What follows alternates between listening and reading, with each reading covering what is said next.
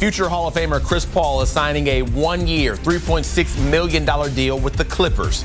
You think with this team, what they got so far, they can compete in the West? Yeah, they damn near the best team in the West. Sure. Green on Paul. And he got it! To be honest, I'm itching.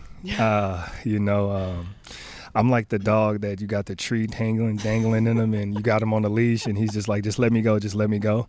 Young up ahead, leaves it for Hunter. The catch. Oh, Smart! What a recovery! So both the Lakers and the Clippers made moves this offseason to acquire veteran point guards. The Lakers got Marcus Smart, a defensive beast who made other guards' jobs harder, and the Clippers got Chris Paul, a future first ballot Hall of Famer and one of the craftiest playmakers in the league. Yes, it's true. Both players are out of their prime, but both players are also going to play a unique role on their teams, which are going to make both teams better. In this video, I'm going to talk about how the Lakers are going to benefit from Marcus Smart and how the Clippers are going to benefit from Chris Paul. But before we get into it, please like the video and subscribe to the channel. Thanks for watching my new basketball channel, Mike Swish. So both the Lakers and the Clippers have something in common. Last season, they both made it to the playoffs, but they both got eliminated in the first round. But let's talk about the Lakers first. The Lakers losing Anthony Davis mid-season and acquiring Luka had many people conflicted. Some felt losing Anthony Davis would hurt the Lakers' defense tremendously. Even after adding Luka, you don't think they're better than those teams? I do not. You still think they're 5 right now? They're gonna stay 5, or they're gonna stay 5. All right. Because number one, they're not gonna be good defensively. Because you have this dynamic duo, but I just think you need a big now. Got to go out and get a big to make the game easier for him. Some felt it didn't matter and that the Lakers getting Luka's offense would be more important. But Luka Doncic is a generational talent. Anytime he's on the floor, your team is going to be thought of as they can win a 7-game series. Well, it would be an understatement how surprised people were at how fast the Lakers started off playing well with Luka. But as we all know, the playoffs are known to expose the weaknesses a team may have. And in the first round versus the Timberwolves embarrassed the Lakers, especially in Game 5 when Rudy Gobert was able to grab the easiest rebounds of his career.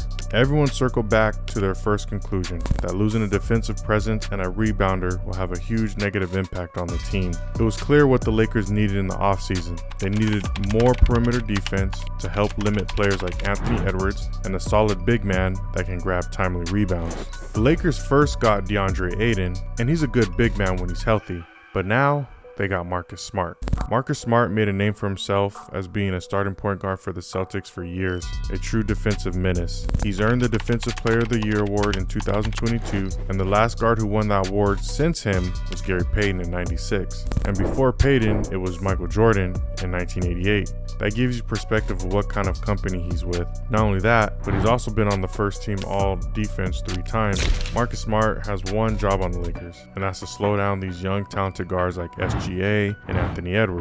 While yes, Marcus Smart can hit threes, Tatum. Smart. Step back. 3-pointer.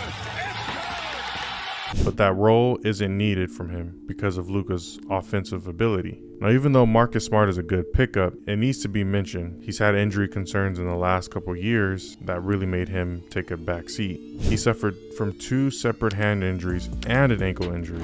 So even though the Lakers got 2 players that is going to be beneficial for the team, I think the majority of the pressure is still going to rely on the key players like LeBron, Luka, and Austin Reeves to stay healthy during the entire season. But if healthy, Marcus Smart is going to add that intensity that the Lakers need on defense. And also, it's another veteran guard that I think the team needs to help hold Luka accountable if he starts playing lazy on defense like he has in the past, or even if, God forbid, he starts picking that weight back up. Because we have all seen photos of Luka trimming off that weight, and it's a really good sign for the Lakers moving forward. But let's switch gears to the Clippers now. The Clippers first acquired Bradley Beal, who is still a good player at times and is still dangerous from 3. But the bigger news is the Clippers acquire Chris Paul once again.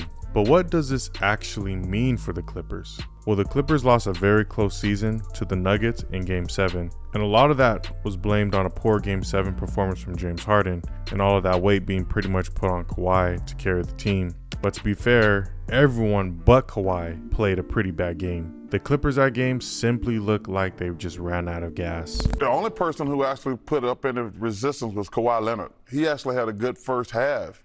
Nobody else joined the party. Not a single person on their team competed. But with the addition of Chris Paul, it gives the Clippers something they desperately needed, an additional playmaker. I personally think that Chris Paul is still talented enough to start on the team, but I think that if he were to come off the bench, he would significantly help that team even more. Let me explain what I mean by that. James Harden, who traditionally plays a 2, has in recent years played a point guard position, which complements his ball handling abilities the best. When Harden has the ball in his hands, he's able to throw dimes off of his drives and consistently knock down his step back jumpers and draw fouls going for layups. But when the ball is not in his hands, he doesn't move around much, and it can also cause the offense to become stagnant at times. So when he's controlling the momentum, the Clippers offense is dangerous. I think with Paul coming off the bench, he's able to create plays for Bogdanovic, who's a really good offensive player. I also think it will help set up spot-up shots for Batum, who's still a good shooter. Jeff Teague shared a similar opinion about Paul coming off the bench. I love it if they get CP. They don't got nobody to run that second unit. No disrespect to Chris Dunn. I actually like what he did last year. Yeah.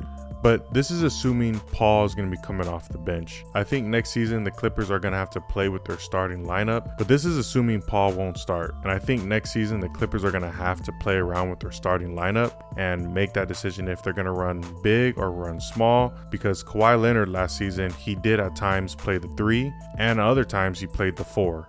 But the biggest thing going against the Clippers is Father Time. All the Clippers' current stars are in their 30s.